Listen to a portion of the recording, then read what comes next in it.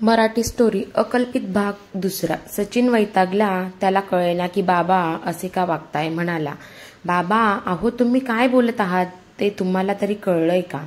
नाही, मला नाही कळत नाहीये, पण थांब, माझ्या डोक्यात काहीतरी घडतंय, जरा थांब। रामभाऊ म्हणाले।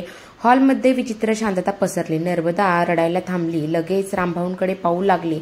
5 मिनिटांनी रामभाऊ त्रिलोकच्या मुलीकडे बघून म्हणाले, वैशाली बेटा, मला एक कागद आणि पेन देशील? वैशालीने कागद आणि पेन आणून दिला। रामभाऊंनी त्यावर एक मोठा गोल आणि त्याच्या आत एक छोटा गोल काढला। छोट्या गोलात त्यांनी लातूर असं लिहिलं, मोठ्या गोलात महाराष्ट्र, गोलाच्या बाहेर भारत असं लिहिलं आणि त्याच्या भोवती अजून एक गोल काढला। सर्वजण त्याच्याकडे कुतूहलाने बघत होते। रामभाऊंनी वैशालीला म्हटलं की मी डोळे मिटेन तेव्हा हा कागद तू कसाही फिरवून ठेव। मग त्यांनी डोळे मिटले, डाव्या हाताचा तळवा बोटावर ठेवला आणि पेन उंचावर धरला। नंतर पेन हळूहळू खाली टेकवला आणि डोळे उघडले। पेन दोन्ही गोलाच्या बाहेर टेकला होता।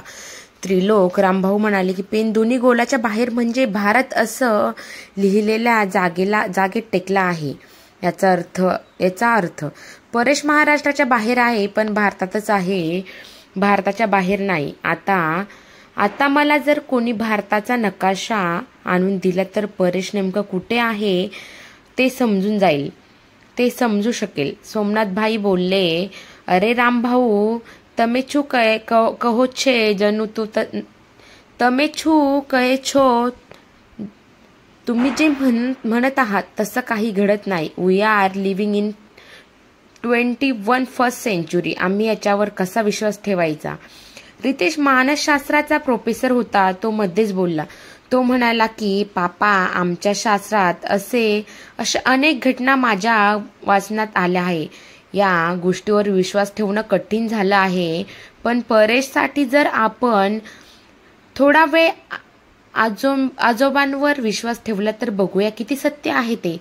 त्रिलोक म्हणाला, बाबा, रामभाऊ आजोबा जसं म्हणताहेत ते करण्यात आपलं काहीच नुकसान नाही, त्यामुळे करून बघायला काय हरकत आहे?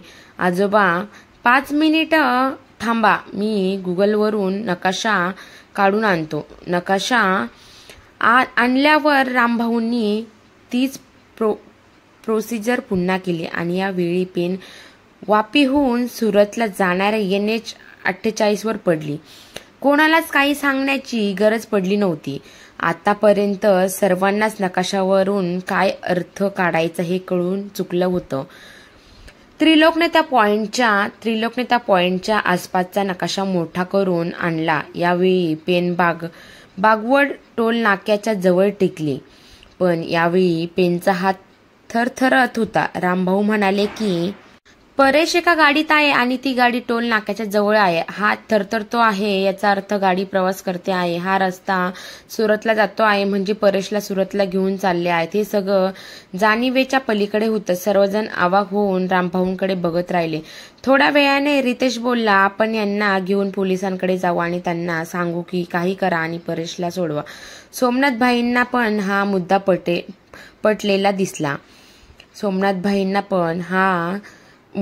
पटलेला दिसला। आपल्याजवळ याच्याशिवाय दुसरा पर्याय नाही, पण नाहीचा। चला बघूया पोलिसांना हे पटतंय का? मग सोमनाथ भाई, त्रिलोक, रितेश, सचिन आणि रामभाऊ सगळे पोलीस स्टेशनला जायला निघाले। नर्मदाला पण यायचं होतं, पण त्रिलोक म्हणाला की पोलिसांनी ऐकलं नाही तर तुला त्रास होईल। पण थोडा वादविवाद नंतर तिला सुद्धा बरोबर घेतलं। PSI धनशेखरांनी सर्व शांतपणे ऐकून घेतलं आणि मग म्हणाले की पोलीस डिपार्टमेंट आपल्या भाकड कथांवर चालत नाही। तुमचा मुलगा हरवला आहे म्हणून तुम्ही विश्वास ठेवता आहात, पण आम्हाला असं वागता येणार नाही। आमच्या पद्धतीने शोध सुरू आहे। काही प्रगती झाली की लगेच तुम्हाला कळवू। आणि आम्हाला खात्री आहे की तुमचा मुलगा सुखरूप घरी येईल. साहेब, माझा मुलगा हरवला आहे, नर्मदा जवळजवळ रडतच बोलत होती. जेमतेम 10 वर्षाचा मुलगा त्या टोळीवाल्यांकडे कसा असेल याचा तरी थोडा विचार करा. ही एक गोष्ट ट्राय करून बघा ना. तुमच्या नियमांच्या जाळ्यामध्ये अडकून माझ्या मुलाचं काही बरं वाईट झालं तर आम्ही काय करायचं? धनशेखरांनी नकारार्थी मान हलवली.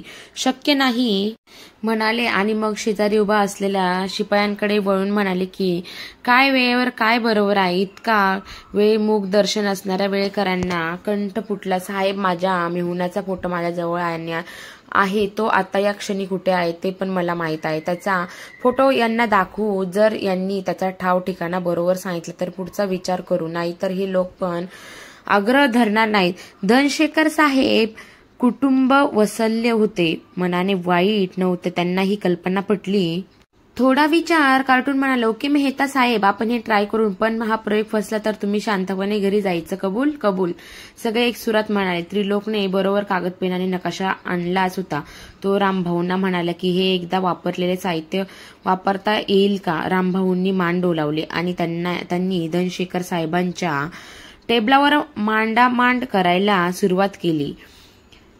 पहिलाच कागद आणि पेन टेकली. भारत या जागेवर. रामभाऊ म्हणाले की ज्या माणसाचा हा फोटो आहे तो माणूस आता महाराष्ट्राच्या बाहेर आहे आणि म्हणून मनाला भारताचा नकाशा द्यावा लागेल.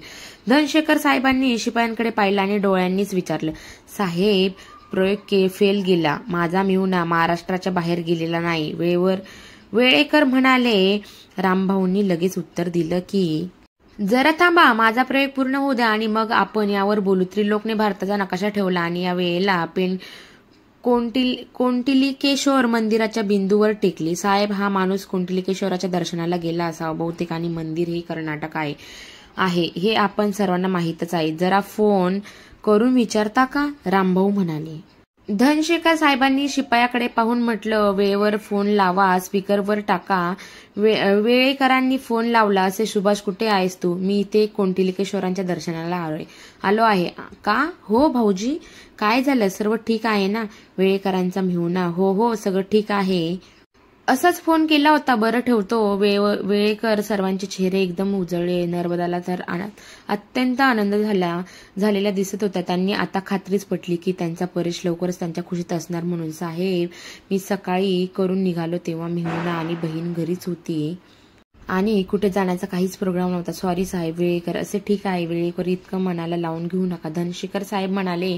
पण ते आता विचारात पडते. सुरतच्या पोलिसांना कळवायचं म्हणजे साहेबांना सांगावं लागणार. आता रात्रीचे 8 वाजले होते. साहेब घरी असणार. त्यांना फोन करावा लागणार होता. हॅलो साहेब, मी PSI धनशेखर बोलत आहे.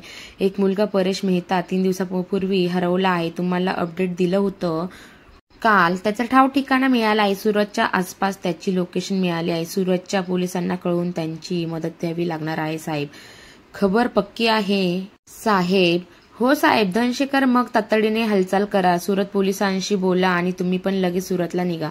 साहेब, हो साहेब, आज रात्रीच निघतो. धनशेखर, ओके, मला अपडेट देत रहा साहेब.